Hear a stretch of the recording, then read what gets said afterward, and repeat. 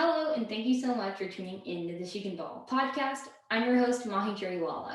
Today, we're joined by Duke women's basketball alumni, Becca Greenwell. Thank you so much for coming on today. Of course. Thank you so much for having me. Super excited to be here. So, starting off with your childhood basketball career, I know that you played varsity basketball in the seventh grade. You're obviously playing at a high level at a young age. How important was basketball to you growing up?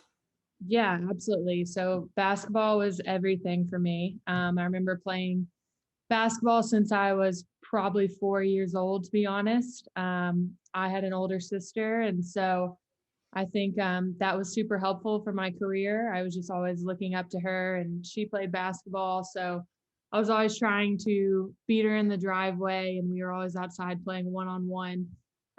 So we played our whole lives. And like I said, always looking up to her and competing with her friends, but started playing varsity basketball in the seventh grade. I grew up in a small town in Kentucky called Owensboro. You've probably never heard of it. But yeah, played varsity, started in seventh grade, played for 7 years, which is crazy. Ended up breaking, I think, all the scoring records and rebound records at my high school. Also set the national record for most threes in a game in high school. So I had 17 in one game, which is actually crazy to think about. Um, so yeah, high school was a crazy time for me, but it was extremely fun. And, basketball has been a part of my journey every step of the way. And even now that I'm done playing, it's still a part of everything I do on a daily basis. So it's just a special thing that's, created so many relationships for me, allowed me to travel and see the world, and also now give back to the youth because now I'm coaching and training young boys and girls who want to do the same thing I did. So obviously I love basketball and it's just such a great thing, and highly encourage everyone out there to stick with it their entire lives because it really can open up so many doors for you. What do you think made you so successful when you're younger? I was an extremely hard worker. That's what all of my coaches said. They said every time, whether it was practice or a game, it didn't matter. I was always giving 110%. Um, every practice, my face would be completely red just because of how hard I went. And that was something that was just innate to me. But I think that is kind of what set me apart from the rest. I wasn't, the most athletic. I wasn't the tallest. But I tried to outwork anybody and everybody every time I stepped on the court. And what made you choose Duke? Yeah, so for me, Duke was the best of both worlds. I wanted to go to a school with great academics because my parents told me that is something that's going to pay off at the end of the day, and they're so true. They're so right now, where I'm at now, being able to see that. But also, I wanted to play at a very high level. And when I was coming in, Duke was that team who was at the top. When you thought of women's college basketball, Duke was Yeah. a team you thought of. Um, so it was just the best of both. I got to play in Cameron Indoor every game, and also receive a world-class education. Ended up getting a master's degree as well from the business school. So I was really able to, accomplish everything I wanted to do on the court and also in the classroom. And I know that you weren't able to play your academic freshman year due to a knee injury. How hard is that, working your way up to playing college basketball, finally getting there, and then having to sit out? Yeah, absolutely. It was extremely challenging, especially because before that, I actually tore my ACL my junior year of high school, and then I tore it again my senior year. And then coming into Duke, I had another surgery that first summer. So it was essentially like 2.5, almost 3 years without playing any basketball. So it was just like one adversity that's struck after another. But it ended up being a blessing in disguise, really. I got to learn from a great senior class and really focus on my academics for a year and just adjusting to college life because there's so much that comes with that. And also I got a fifth year out of it. So I ended up being able to go to business school and get a master's degree. And that's really opened up so many doors now for me, where I'm at in my life. So I think no matter, what happens, I think everything does happen for a reason, and you just have to find a way to see the good in it. And that is certainly the case for my story. And then kind of like not playing for a few years. I know a lot of people, especially me, I haven't been able to play like this whole year because of COVID. And you were still competing so well in your sophomore year and junior year. What do you think, like, how are you able to come back, like make that transition of not playing for a long time and then starting back up? Yeah, I think it's really all about your attitude and your mindset. It's very daunting to sit out for so long and be thrown into college basketball, but you really just have to take it day by day and focus on the little goals. And that's certainly what I did. Those small milestones is what really got me through that treacherous time, it felt like. But yeah, just having a positive attitude and just trying to be confident even when you aren't. It really goes a long way. And you still broke so many Duke records. I know one of them was you were the first one to make 200 3-pointers. Mhm. So, as an excellent 3-point shooter, do you have any shooting drills or tips for our listeners? Yeah, so it's pretty basic, but honestly, before any practice, any game, I'd always do one arm form shooting. So very simple. I would just start like right in front of the goal. I'll set up my camera and then stick my arm out like this and then turn it around and just one arm form shoot. And I would try to get 5 perfect swishes. So perfect swishes as in doesn't touch the rim at all. So once I make 5, step back, do 5 more, and I would go all the way out to almost the 3-point line, just one arm form shooting. And then after I did that, my mechanics were pretty locked in. But that really did help. So that's one drill that I think anybody could do, no matter your age or skill level. Yeah, that's one of my favorites. I've been working on that because I think my left hand was having too much of like an impact on my shots. I've just been working on it. And I don't know what it is, but like once you do that a couple times and you try it with like your actual bad hand, which kind of helps it not like get all like wobbly or Yeah. whatever, it's so much easier. No, exactly. That's the whole point. Because when you're shooting, you really don't need your guide hand. It's Yeah. just there to hold the ball in place. So really, it's just your dominant hand that has the biggest factor in your shot.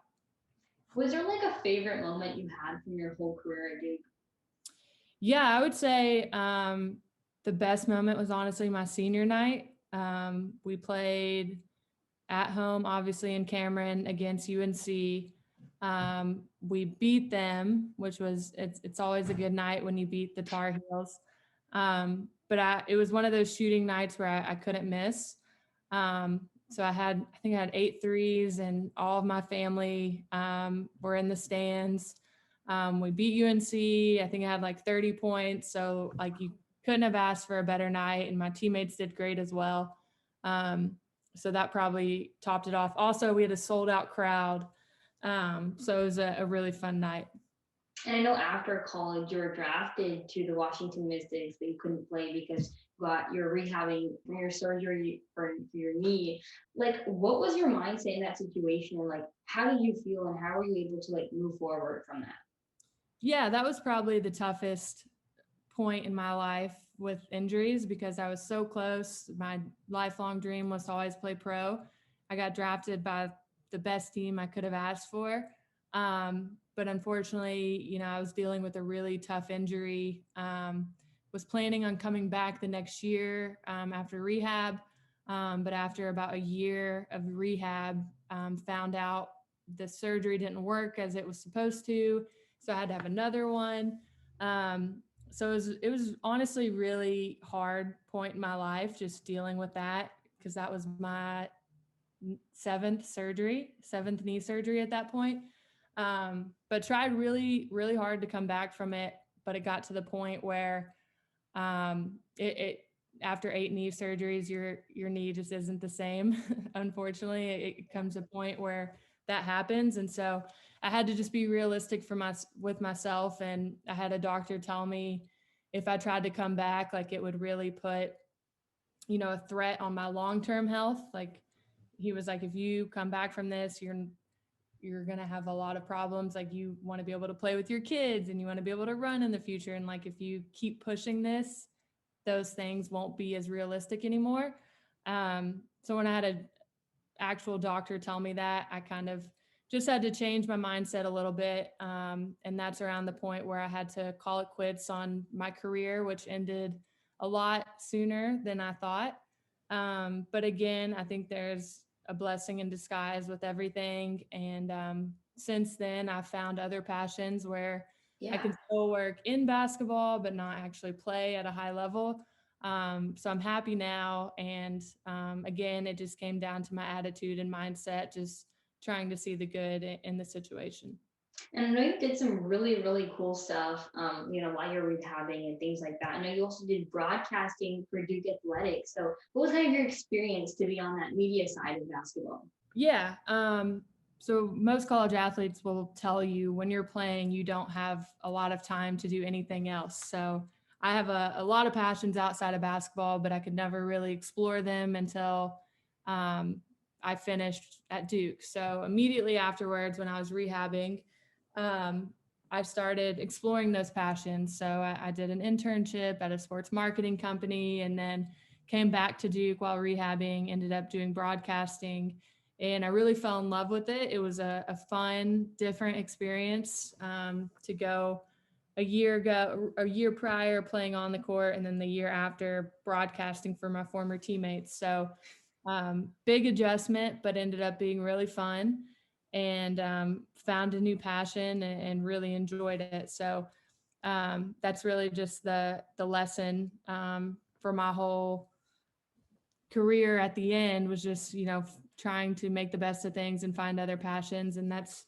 certainly been the case since my career has ended. I've done marketing, I've tried broadcasting, I've done some social media work. So really, I'm just exploring every passion I have. And I would encourage others out there, especially young people like you, to explore any and all interests you have, because it's super helpful to learn, what you like, but also what you don't like, because that's going to lead you to your your actual passion and your future career. So kudos to you starting something like this at such a young age.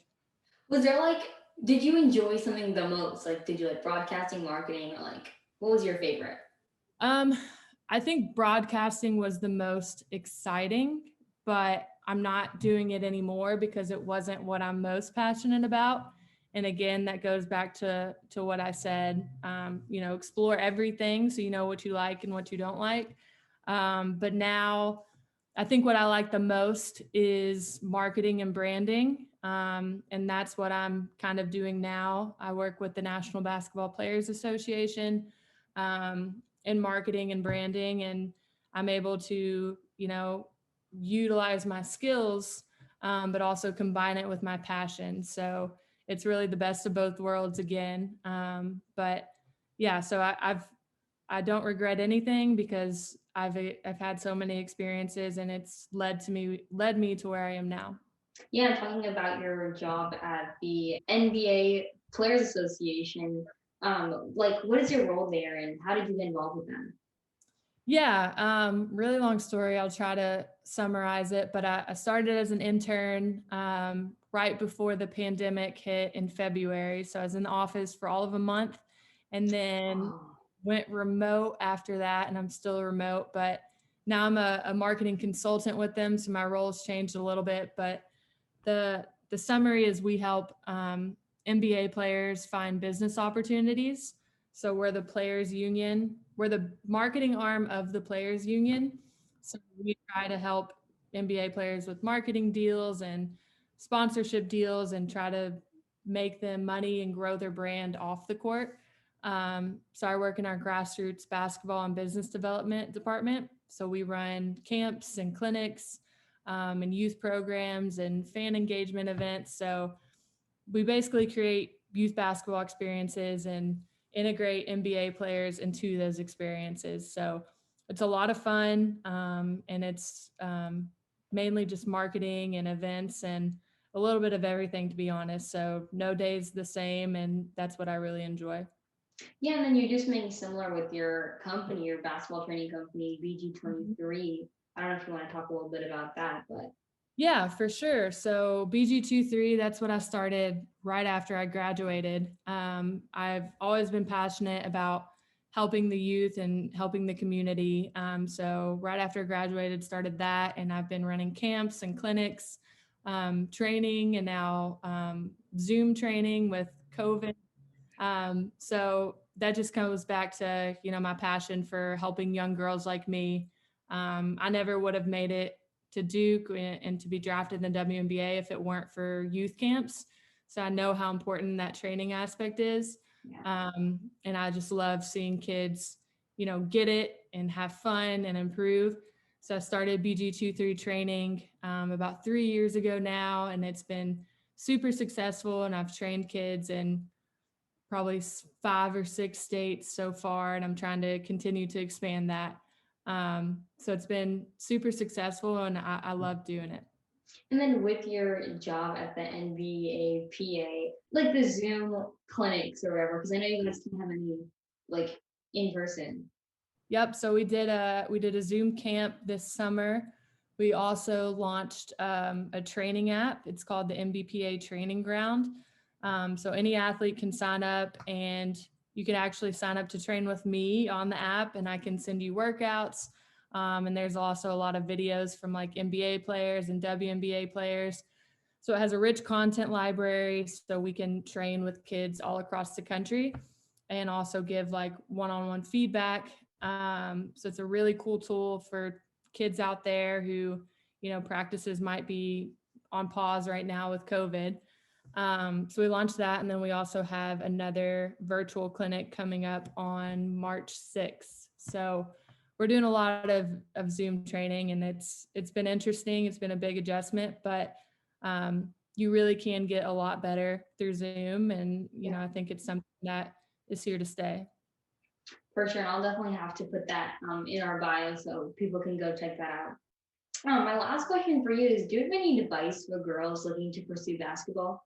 Yeah, for sure. So I think, just be confident. No matter if, you're going to make it to play college or play WNBA, it doesn't matter. Just have fun, be confident, because there's so many life skills you can get out of basketball.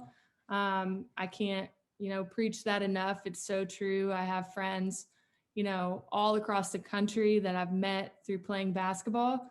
And my life truly wouldn't look the same if it wasn't for basketball. So, no matter where it takes you, just have fun and be confident with it, because it can really change your life. And I know I said that was the last question, but for the girls that are looking to go college, what advice do you have for that? I know a lot of girls listening are in my age group and I as well, and Duke's one of my dream schools. So what advice do you have for just the recruiting process? Yeah, that's a good question. I have a lot. I guess the first is, just be ready to be disciplined. College basketball is hard. It's really hard. It takes a lot of sacrifice. But if you're willing to make that sacrifice and be disciplined and take it seriously, it's so worth it. It's so worth all the blood, sweat, and tears. The just all the benefits you get out of it. It's an incredible experience, but you can't start early enough. I was disciplined at a young age, from age 10. Luckily, my stepdad was very on it when it came to my basketball schedule, but we were at a new tournament every weekend from age 10 to age 17 when I finally committed to Duke. So it just takes that structure and being committed to it. But luckily for me, I loved it. So it didn't feel like a job. It was fun going to all these tournaments. Um, so that's the biggest piece of advice: discipline and sacrifice. But then also, your character matters a lot. The way you carry yourself off the court goes a long way to coaches. I think that's something that helped me throughout my career. I was always very respectful to coaches. I always treated my teammates well, and coaches, you might not think they're watching, but they're picking up on those small things, like how do you react to being yelled at by your coach? Can you take it? Like, are you level headed? Are you a good teammate? Are you high fiving your teammates on the court? Like, how's your attitude? All those small, intangible things go a lot farther than, how many points per game you score, which is also important.